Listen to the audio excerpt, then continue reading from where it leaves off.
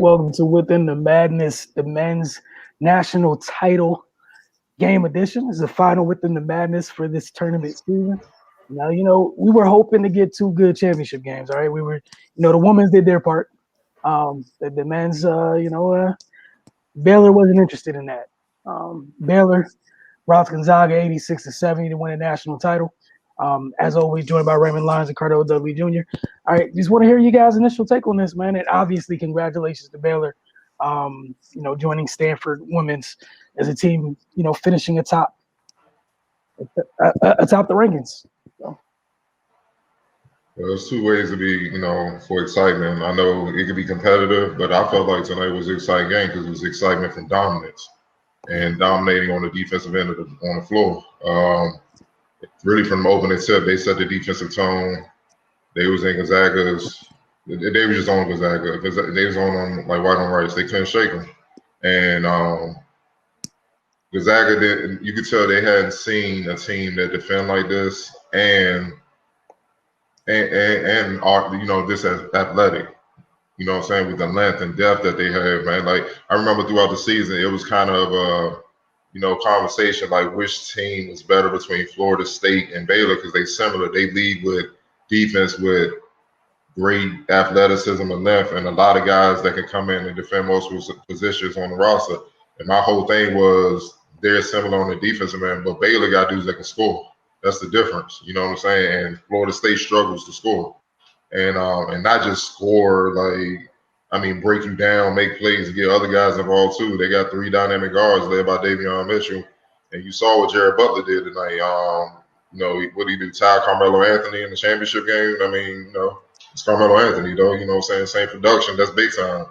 I just felt like Gonzaga got, rocked and they couldn't recover. And honestly, God's truth was they just weren't athletic enough across the board to deal with them.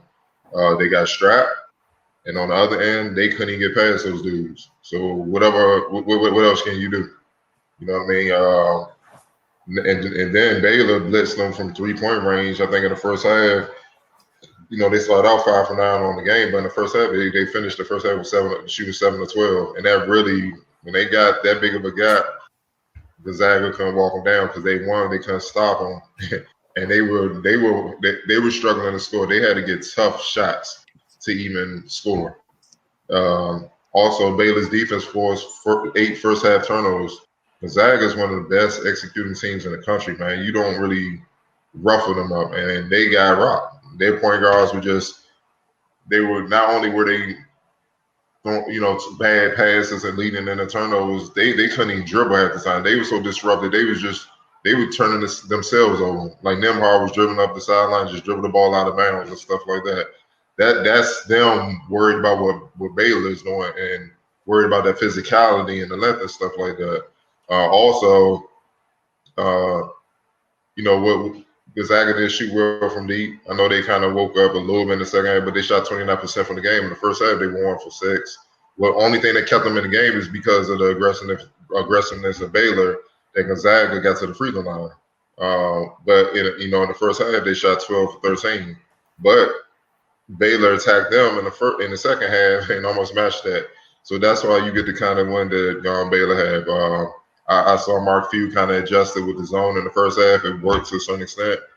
But Scott Drew made an adjustment to kind of counteract that with some lob plays and stuff and force them out of that zone. And obviously with guys like Jared Butler hitting threes and whatnot, it was really nothing Gonzaga could go to try to counteract what Baylor was doing. Baylor just dominated all around. It was, let's be real, there was no aspect of the game where Gonzaga was better than Baylor, period. And that's why Baylor are the national champions. Yeah, man, Gonzaga was just outmatched in every way. That was, like Cardell said, that's a game that you, even though it was lopsided, you enjoy watching that one just from the flawlessness of how Baylor played. I mean, they made very few mistakes and they were just dominant, man. Like, even when Gonzaga threw the zone at them, it kind of threw them for a loop. And I saw the reactions. People were excited that Gonzaga was able to cut the lead down to 10, but I'm pretty sure they went into halftime, talked about that, and came out and just attacked it and made them go back to man. And once I saw that, I knew it was over. Like when you think the best course of action is to resort to the thing that got you down by damn near 20 in the first half, it's a wrap, man. It's a wrap. And I mean, I just think Gonzaga felt it. You could tell in their body language, they're usually a more energetic bunch than this, but all that was out the window when they was just fighting for their life. This was like the physical representation on the basketball court of somebody in the middle of the ocean just trying to stay afloat. Like, it wasn't nothing they could do, man. They just got overwhelmed from tip. Like, Baylor jumped out to that 9-0 lead, and I was like, man, going down to a team like that, it's hard to climb out that hole because they defend so well, and they're gonna keep scoring on you. So it's gonna take some. It's going to take some miraculous stuff to counter that, man. And Gonzaga just couldn't pull it out. And I mean, it's no shame to them. You know, they had a great season. They just ran into a team that that gave them problems in every area of the game. You know, styles make fights, and Baylor had the perfect style to counter everything Gonzaga does well. You know, I mean, Gonzaga, they out-executed everybody they played, but it's difficult to do that when everybody on Baylor can guard everybody on Gonzaga, you know, fairly easily. I mean, it's what can you do? Like, it wasn't nothing they can go to where Baylor didn't have a counter for it, or you know, or a way to negate that advantage. You know, Timmy has been the deciding factor in pretty much every game they played. We saw it against UCLA, where UCLA will switch and Gonzaga could just dump it down to them, and it's an easy bucket. It wasn't rocking like that tonight, but because of Baylor's athleticism, size, and strength. So, I mean, I was hoping it wouldn't go this way, but once they tipped the ball up, you could kind of see where this was headed fairly quickly. And I mean, it just is what it is, man. Congrats to Baylor and congrats to Gonzaga. You know, I kind of wanted to see the perfect season go down, but Baylor wasn't having it. Hey, man, it's like anything else. You got to earn it, right? You got all the way that far if you're Gonzaga. It was up to you. You had one game to complete the perfect season. You know, like you guys said, it's masterful defensive performance, and that was kind of the thing that I hope sticks with a lot of people coming from both sides of the tournament. That end of the floor still matters. It's kind of still really important. It take you a long way. We've seen on both the men's and the women's side, the teams that can defend with size, length, and athleticism, they terrorize people. There's things they can do to people where they can take things away, and they're just gone. There's not a counter to it. Unless you got just as many to match up to counter, like you guys mentioned, you're out of luck, man. It just is what it is. It felt bad watching some Gonzaga players just trying to even run the offense and dribble to a spot. Like it was, Baylor just attacked them. Like there was so many tweets and stuff I retweeted throughout the game. I wish I could share them all, but it was like something to the effect. It was literally just, we watch bullying at its finest on a national stage. You know what I'm saying? And that's the kindest, most PC way I think I could say it among some of the other things out there. But it was bullies, man. Everybody's weight room clearly isn't equal. Athletes aren't equal either. Like Baylor's guards had no issues moving folks out their way. The guards. Hoopers. Yep. Hoopers, like you said. Hoopers. They had no issue. They grew up on the playground. They ain't stay in the gym. They ain't stay in a nice AC gym. They was out there on the block. They was hooping on concrete. That's how they, with the old heads. And that's why there was a walk in the park for them. Exactly. Essentially what? It was 40 minutes. You're telling me right now it's 40 minutes? No breathing room. Like Carlos said, Jalen Suggs was the only dude that was on Gonzaga that was okay and able to create and enjoy life to a degree, at least to figure out something for himself. What you want one person to do when everybody else is in maximum security? Everybody Man. else, if he gives up the ball, it probably can't come back to you because they can't find a way to get it back. Like you get to the rim, there's other athletes waiting on you.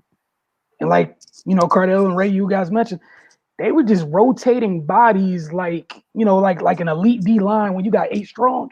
It just doesn't matter what 4 you roll out there. Somebody getting pressure. It didn't matter. New body, new number, whatever. It's not changing. You're not getting to the rim and finishing. We're gonna board. You're not going by. We're in transition. Oh, hey, the starters are back. No, nothing's getting better for you. Like Ray said, they was in the middle of the ocean, and that little plank of wood they were holding on to, it was breaking, splintering with every little crash and wave. Man, it was some dark times, man. But it was great to watch. And let this, another thing, 16 offensive rebounds, man. When the last time you saw that happen in a championship or a game? Vital, who he had 8 by himself. That was more than Gonzaga had all game. Matter of fact, they had 5. So he had more by himself than Gonzaga's whole team. He's bullying them. He looked like PJ Tucker out there, guarding 1 through 5, coming behind, blocking shots, big body. Let's be for real. It is what it is, man. Like Scott Drew looked like he went to every hood internationally and stateside. He just went to the hood and just got athletes, man. And this is for these people that be like, he's not skilled, but he's a great athlete. He's just athletic. He's not skilled. Yeah, you see what it does to people. Remember, Kawhi Leonard, when he first got to the league, was just a great athlete with a length. But when you add that skill, you get an MVP candidate. That's why the NBA loves those guys. Michael Jordan's the greatest player that ever played the game. Great athlete, highly skilled, smart, tough. You add it all. It's nothing you could do with a player like that. You just got to take the ass whooping like a man. You know what I'm saying? Or on the women's side like a woman. So, I mean, I just really hope this kind of joke things back because I'm tired of seeing trainers talking about he's skilled. But when I see him play defense, he's a matador. You know what I'm saying? Like anybody can score on him. Then he ain't that skilled. Maybe he's skilled offensively, but you gotta strap up, man, if you want to win. It's that, and that will never change. And I know defensive-minded coaches across the country at every level, like yes, they would send back home refreshed, like yes. It's not. They love it, man. So shout out to Baylor, man. They earned it. They deserve it. They've been playing like this all year. Like they've been one of my favorite teams to watch. So that's why I was like, I don't know how this will go. I know Gonzaga's dangerous, but the boys in Baylor don't play, man. These some dogs. And this is the other thing, just add on to the skill part too. All that skill is cool and all, but when you deal, if your skill isn't there when you're dealing with this type of resistance, all skill ain't equal. You can't get off what you need to get off. So, but you could be skilled, but a lot of people are drills. Yeah, like great defenders get a read on you. So if I know what drill you're gonna do, you're easy to defend. You gotta play basketball too. You gotta that's why the playground's so important for a lot of. You gotta be creative so you can keep defenders at bay, get them guessing. You know what I'm saying? And Gonzaga just don't have enough players outside of subs to really do that, and that's why they got locked up. Man, all you heard while watching that game was guard. Mm-hmm. like that was it. Did you guys have any final thoughts you want to add to this game, or share your? Let's get to the all tournament team, shall we? Yeah. All right. Please tell me whose is whose. I'm gonna start here. This you, right? Yeah. Okay. Go ahead, sir. The floor is yours. Forget that with you. Yeah, man. So this is my all tournament team. We got Cameron Krutwig from Loyola Chicago. They had a great run this season. They fell a little bit short, but he was just dominant. The game that really stands out was against Illinois when he just straight up outplayed Kofi Cockburn. And I mean, I don't know if too many people had that on their 2021 bingo card, but man, just straight up skill, man, and a tough player. Loyola used him Sort of similar to how Denver uses Jokic at the NBA level. He just initiates the offense and he's able to score as well as find other guys for easy baskets, and it's just tough to deal with. Kevin Obanor for Oral Roberts, another school that had a good run. He's a pro, man, and he displayed it, with his length, his athleticism, his explosiveness. He was just tough to deal with the whole time they were in the tournament. Of course, Drew Timme from Gonzaga, they almost got to the promised land, but yeah, his work spoke for itself the entire season. Another skilled guy. He was putting people in the torture chamber down in that block, man. Just tough to deal with. You see what it took for to contain him. It took a team like Baylor, which there aren't many of in the country, to kind of keep him in check. Then moving on to Max Acemus from Oral Roberts. I mean, he's a leading scorer in the country, and and the world got to see it in the tournament. I know a lot of people probably didn't pay attention to them during the regular season, but yeah, he can fill it up. And the combo of him and Obanor, they were just putting people lights out by themselves.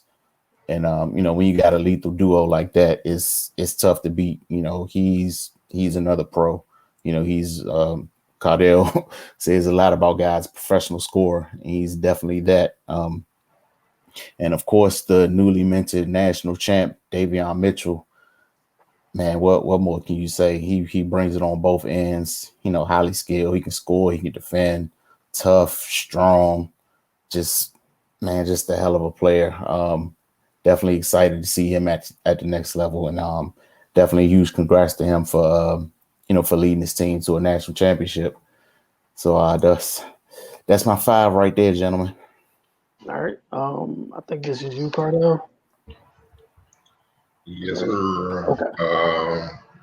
Obviously, Jalen Suggs, man, what he did throughout the tournament, honestly, throughout the year, man, it speaks for itself, man. Like, even now in the national championship against this level of team defensively, he still managed to put up an efficient 22 points.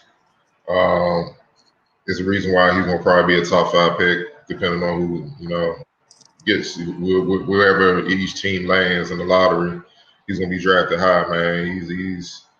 He's a dynamic floor general and highly competitive, and he's a winner, man. Even though they ain't get it done now, he's a winner. You're gonna have to beat him, man. He ain't gonna fold. So that's exactly the type of player you want to build your franchise around when you're trying to hand the keys to somebody as a floor general. I think Davion Mitchell he's right on par with Suggs, man. He just ain't get the attention or whatnot. Because he had a mob with him that he ain't really have to do a lot. But what he did was he impacted the game in every way. He got his 14 points, 5 assists, and 2 rebounds. But he was efficient. He shot 51% from the field during the year. That's why, I had to put him on there, even though before they even won in the Final Four. And I'm just like, his consistency has been putting up Russ type numbers for the college level. You know what I'm saying? College don't let you rock out like that for most teams, where you playing the whole game where you get those numbers. In the NBA, with the way he impact all around, yeah, he gonna be putting up triple doubles fairly soon. So I love his game. They're comparing him to Donovan Mitchell. I think he's more of a natural floor general than Donovan Mitchell. Donovan Mitchell is more of a natural 2. So, but last names, people can be lazy with comparison sometimes, but his game speaks for itself, man. Either way, he's gonna be in the league, and I'm excited to see what he do at the next level. All right, obviously, Drew Timme, he made a name for himself in this tournament. Gonzaga wouldn't have been in the national championship without him. He was oftentimes the mismatch outside of tonight because they just had a lot of bigs and athleticism to throw at him to wear him down. He can score from all 3 levels. He's smart, playing the low and high post. He's a Gonzaga type big man, man. You know what I'm saying? He's highly skilled. It's gonna be interesting to see how he translates to the league. But I wouldn't really bet against him, man. He got a little flair with him too. He got a little spirit with him as well, man. Even though they lost, like I said, he had 12 points and 5 rebounds. 3 assists, 2 blocks, 5 of 7 shooting, and he was in foul trouble, against that caliber of defense. So if he can, manage to put up some solid numbers against that caliber of defense, I think he'll be able to do some damage in the league, man, especially with guys that tend to take that end off a lot. You know what I'm saying? So, you always got that going for you, man. So, but hell of a season, straight up. And Johnny Juzang, man, when he transferred from Kentucky, and I always loved this game from high school. I even covered his older brother, who's at Harvard. They came down here and played GW, so big time basketball runs in their family. Saw him in high school. I loved this game then.